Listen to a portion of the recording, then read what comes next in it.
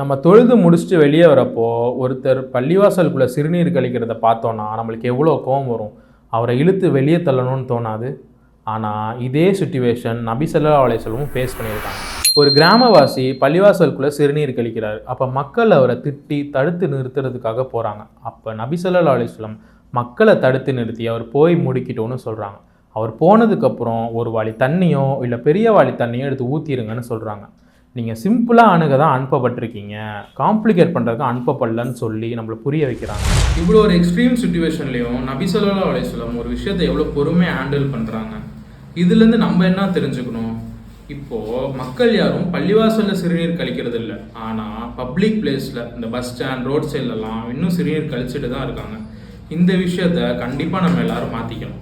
நம்மள ஒருத்தரும் இந்த சொசைட்டியோட ஒரு அங்கம் தான்.